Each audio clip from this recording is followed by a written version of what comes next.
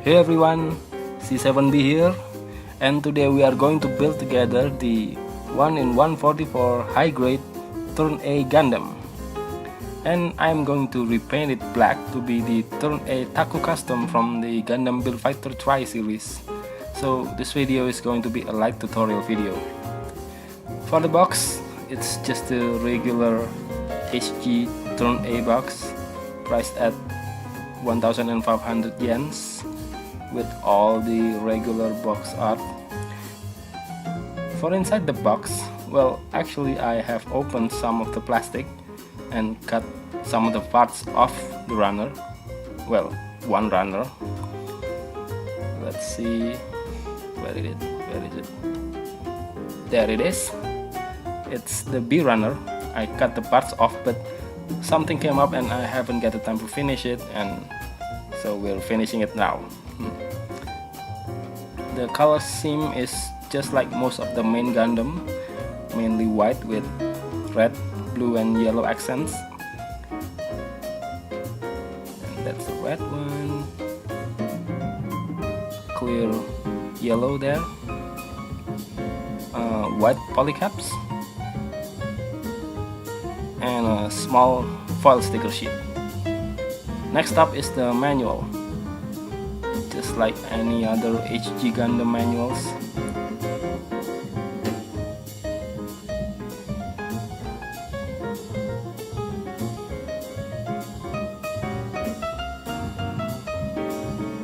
And there's the picture from the anime.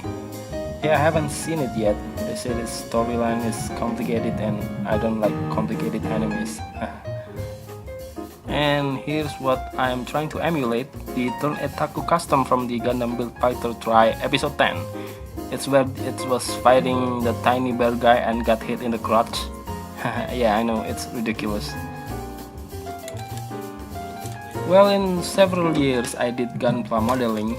I used only spray cans to repaint all my previous Gunplas. I've never used airbrush before. I've been asked several times on how to paint with spray cans. Well, I'm going to demonstrate it briefly here. Before we start, I need to apologize beforehand for the blurred quality video. I need to protect my camera from the notorious fume the spray can paint can be. So I use a sheet of plastic in front of the camera, hence the blur. Basically, when you're using spray cans, you're doing it layer by layer.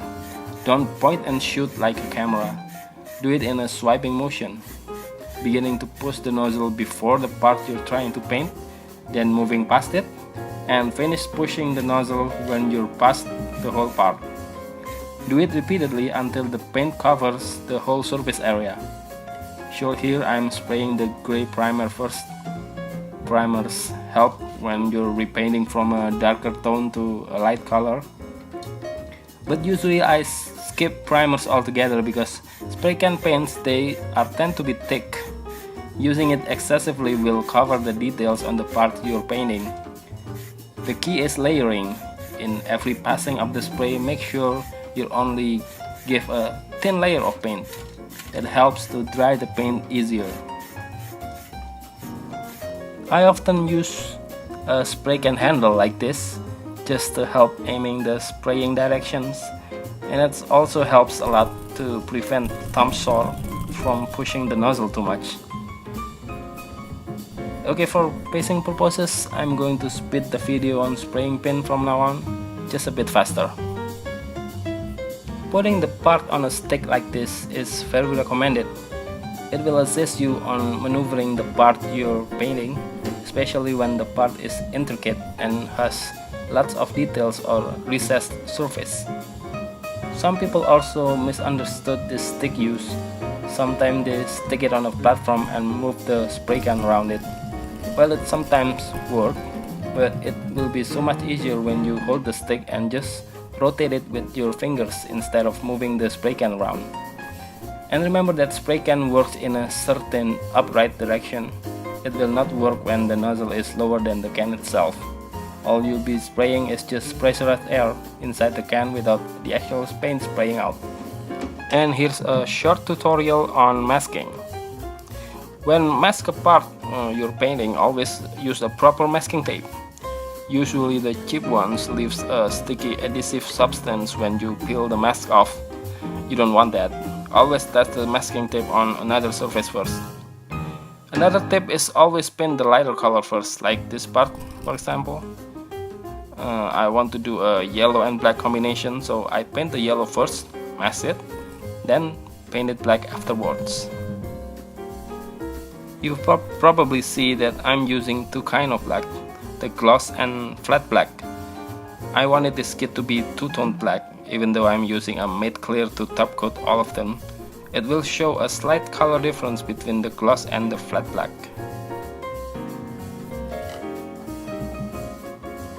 And to finish the paint, I'm using a flat clear coat.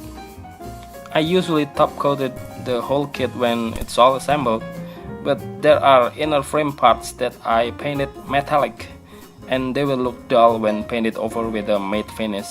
So I'm top coating individual parts like this. And we are done with the top coat. Next is a bit of lining tutorial.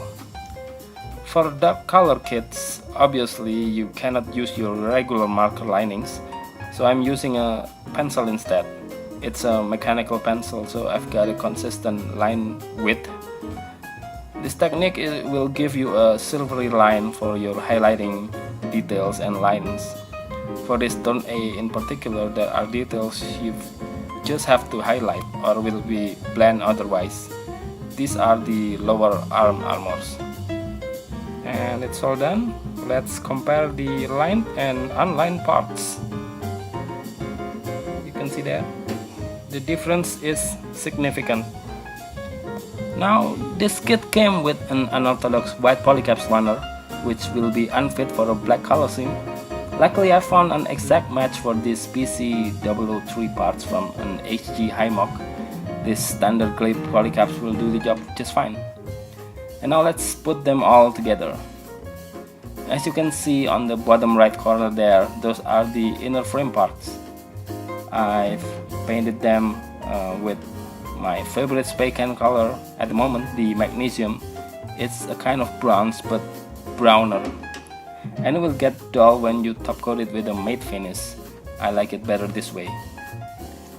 I should top coat the parts once again after the lining to preserve the pencil linings, but since the weather haven't been getting any better at the time I was making this video, I'm just gonna roll with it. There's an optional part for the gun that's supposed to show that it can be retracted, but it's just part swapping, so I'm going to keep the gun in fully extended mode. There's also a core fighter included in the kit, and that's just a small feature that has nothing to do with the completed kit, so I'm going to leave it out of the review too. Just finishing, and there it is, the black Turn A fully repainted and assembled. Well, the Turn A itself is awesome. Me myself is quite a fan of for a tall and slender mobile suit, and this Turn A is no exception. It has long sexy legs. The overall design is unique, especially for the inner frame parts that is sticking out of the back of the legs.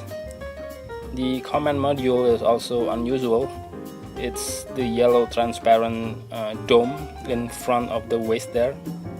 The core fighter wings from the front skirt armor, so that makes sense.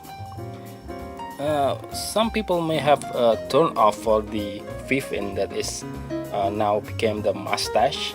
It's in my country known as the mustache Gundam. Yeah, I know, silly.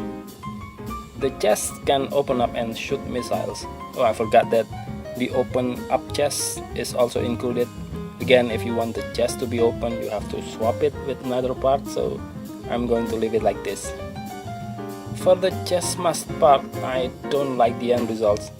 I made a mess because, well, the weather made my timing a bit off. The paint usually dries faster in normal conditions, but this time it was a bit wet when I applied another layer of paint, and some seeped under the masking tape. It made the edges of the blacks and yellows all jagged. Either way, I tried my best to replicate the turn A from the anime. I have to alter some part colors like the color of the inner frames and the silvery linings. But overall, I'm satisfied with how it turned out to be.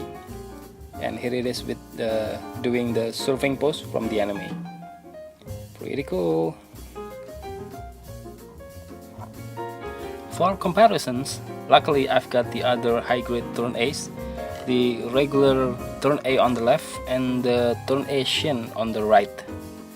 For those of you who don't like the mustache V-fin, you can build the turn A shin that have a regular Gundam face, and the mustache is now split in half and forming the side V-fin there. The shin is also a bit boxy, but the proportions are all just the same. Too bad it's a limited P Bandai kit, but if you can find it, I recommend you to hire the A team.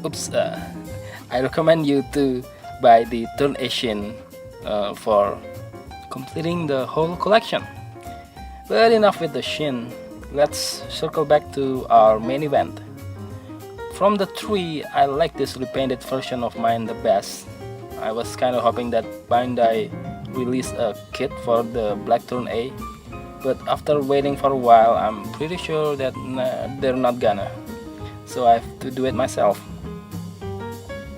The black and red combinations just oozes the sinister factor of the turn A. The yellow now acts as an accent to complement the whole color scheme. I just love it. Probably if Bandai would release a high-grade version of the Turn X, it will be so much awesome to pair these two nemesis together. Basically, the Turn A is very unique because it was the first Gundam that was designed by a foreigner, an American conceptual artist by the name of Sid Mead in the late 90s, of course with the consent from Yoshiyuki Tomino himself. All in all, I rate this kit a 7.5 out of 10. Not because I painted it myself, but because I adore the color scheme. I love the other two just as much. And that's all for now, and I'll see you guys soon.